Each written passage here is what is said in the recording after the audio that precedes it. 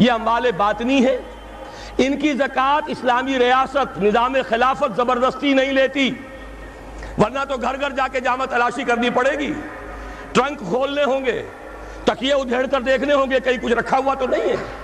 اسلام کا نظام فطرت ہے۔ اموال باطنہ میں آپ کو آزادی ہے، زکوٰۃ دیں جسے چاہیں دے دیں، آپ کا اور اپنے رب کا معاملہ ہے، وہاں حساب جا کے دے دیجیے گا۔ اموال ظاہری کی زکوٰۃ جبراً لی جائے گی۔ وہ کیا ہے؟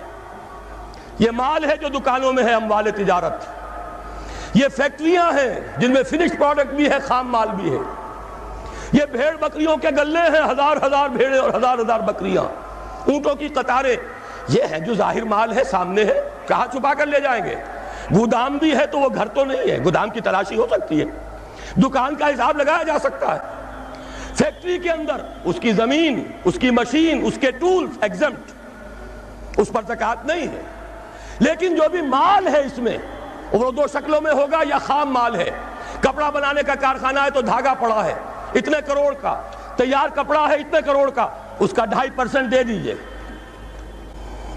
مال ہے 5 لاکھ کا، دکان کے اندر 2.5% دے دیجئے، اموال ظاہرہ ہے۔ اور اس میں اس سے کوئی غرض نہیں کہ سال بھر میں آپ نے کچھ کمایا کہ گوایا۔ جب تک آپ نصاب کی حد سے اوپر ہیں، چاہے آپ کا اس سال میں آدھا مال گیا، 10 لاکھ کی مالیت تھی، اب آپ 5 لاکھ کے ہیں، لیکن 5 لاکھ پر بھی آپ کو 2.5% دینا ہے، چاہے کمایا ہو چاہے گوایا ہو۔ اور یہ ٹوٹل پر ہے، کسی اکاؤنٹنٹ کی ضرورت نہیں، جو تاریخ معین ہے جا کر دیکھیے کیا مال پڑا ہوا ہے، 2.5% حساب کر کے دے دیجیے۔ اتنی رقم آئے گی۔ ابھی جو کہہ رہے تھے جنرل صاحب کہ یہ نعرہ بھٹو نے لگایا، یہ بالکل وہی بات ہے جو علامہ اقبال نے فرمائی ہے۔ مغربی تہذیب میں بھی ایک حصہ حق کا ہے، اگرچہ باطل نے اس کے اوپر پورا غلبہ حاصل کر لیا، لیکن حق کا حصہ اس میں بھی تھا۔ وہ کیا تھا؟ اوہام پر اپنی بات نہ قائم کرو، لا تقف ما لیس لک بہ علم ان السمع والبصر والفؤاد کل اولئک کان عنہ مسئولا۔ علم پر بات کرو، وہم پر نہیں، محض تصورات پر نہیں، محض توہمات پر نہیں، علم پر۔ موقف تمہارا علم پر قائم ہونا چاہیے۔ یہ بات تھی، انہوں نے لی، توہمات کو ختم کیا، کھول آنکھ، زمین دیکھ، فلک دیکھ، فضا دیکھ، مشرق سے ابھرتے ہوئے سورج کو ذرا دیکھ۔ لہذا سائنس بڑھی، ٹیکنالوجی بڑھی، آئی ان کے ہاں ترقی آئی۔ اسی طرح یہ سمجھ لیجئے روٹی، کپڑا اور مکان کوئی کافرانہ نعرہ نہیں تھا، یہ افراد کا بنیادی حق ہے، اور تاریخ انسانی میں پہلی مرتبہ عمر فاروق نے اس حق کا بیان کیا۔ اگر دجلہ اور فرات کے کنارے ایک کتا بھی بھوکا مر گیا تو عمر قیامت کے دن ذمہ دار ہوگا۔ کون مارکس ہے، کیا پدی اور کیا پتی کا شوربہ، کون کوئی جدید تصورات دینے والے ہوں گے؟ یہ کل کی پیداوار ہے اور آج ختم ہو چکے، آج ان کے چہروں پر کالک بری جا رہی ہے، آج ان کے مجسمے گرائے جا رہے ہیں۔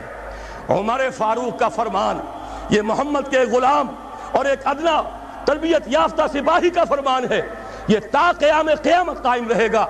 ہر شہری کی بنیادی ضروریات کی کفالت ہے جو نظام خلافت کے ذمے ہے۔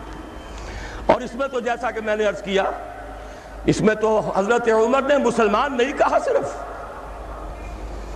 صرف مسلمان نہیں، جانوروں تک بات پہنچا دی۔ اس کا مطلب یہ کہ غیر مسلموں کا بھی حق ہے۔ اس لیے کہ حضرت عمر ہی نے ایک مرتبہ دیکھا تھا، کسی صوبائی دارالحکومت کے دورے پر گئے تھے، کوئی ایک بڈھا غیر مسلم غالباً مجوسی تھا، وہ کچھ خیرات مانگتا پھر رہا تھا، بہت بوڑھا ضعیف۔ وہاں کے عامل سے حضرت عمر نے پوچھا یہ کیا معاملہ ہے، یہ خیرات مانگنے پر کیوں مجبور ہو گیا؟ تو انہوں نے کہا غریب ہے اور اس کے پاس کوئی ذریعہ نہیں ہے۔ فرمایا یہ بڑا ظلم ہے کہ جب یہ جوان تھا، کماتا تھا، ہم اسے جزیہ لیتے تھے، اور آج اگر یہ بوڑھا ہو گیا ہے اور اس کا کوئی والی وارث نہیں ہے تو ہم نے اسے سڑکوں کے اوپر بھیک مانگنے کے لیے چھوڑ دیا، اس کا بھی وظیفہ مقرر ہو جائے گا۔ یہ ذمہ داری، یہ کفالت عامہ ہر شہری کے لیے۔ اور یہ جان لیجئے تجارت میں اور صنعت میں یہ سارا فساد جو اس وقت ہے وہ اس وجہ سے ہے کہ عام آدمی، عام کسان، عام مزدور مجبور ہے کہ سرمایہ دار اور جاگیردار کی ٹرمز پر کام کرے، نہ کرے گا تو کیا کرے گا؟ ٹریڈ یونین بنا لیجئے، وہ بھی جے بی ٹریڈ یونین بنا لیں گے، ان کے اپنے ایجنٹ ہوں گے۔ اب لڑیے، خون کس کا جائے گا؟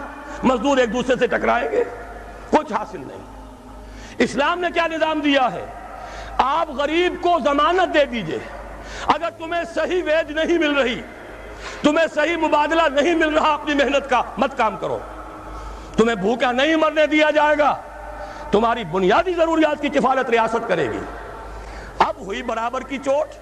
اگر کارخانے دار کہہ سکتا ہے کہ اگر آپ کو یہ چیز منظور ہے کام کیجئے ورنہ جائیے، سب مزدور چلے جائیں گے، میں لاک اپ کر دوں گا، کارخانہ بند کر دوں گا، لیکن یہ کہ مزدور اس وقت یہ نہیں کہہ سکتا، وہ تو کہے گا جناب اسی تنخواہ پر کام کروں گا، اس لیے کہ ایک دن کام نہ کرے شاید بچ جائے، 2 دن کام نہ کرے بچ جائے، 3ویں دن فاقہ آئے گا، اس کے پاس کھانے کو نہیں ہے۔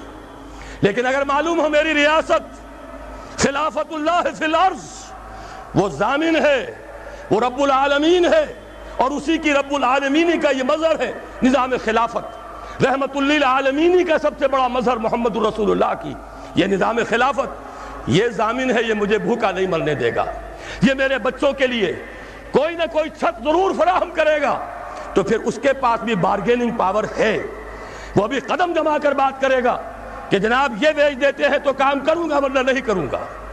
یہ ہے جو آسان ترین حل ہے۔ باقی یہ کہ جبر کیا تھا روس نے، اس کا حشر دیکھ لیا، اور سرمایہ دارانہ نظام اس وقت تو بڑا خوش ہے، اس کے ڈنکے بج رہے ہیں، اس کی فتح ہو گئی، سب سے بڑا دشمن سرنگو ہے، وہ تو سجدہ کیے ہوئے ہے۔ لیکن یہ کہ واقعہ یہ ہے سرمایہ دارانہ نظام کے اندر جو کنٹرڈکشنز ہیں، جو تضادات ہیں، اب وہ ظاہر ہوں گے۔ جب باہر مقابلہ تھا، اندر کی لڑائی ختم تھی، اب اندر سے فساد ابھرے گا، اندر سے ایکسپلوژن ہوں گے۔ یہ غیر فطری نظام، یہ غیر انسانی نظام، یہ غیر معقول نظام ختم ہو کر رہے گا۔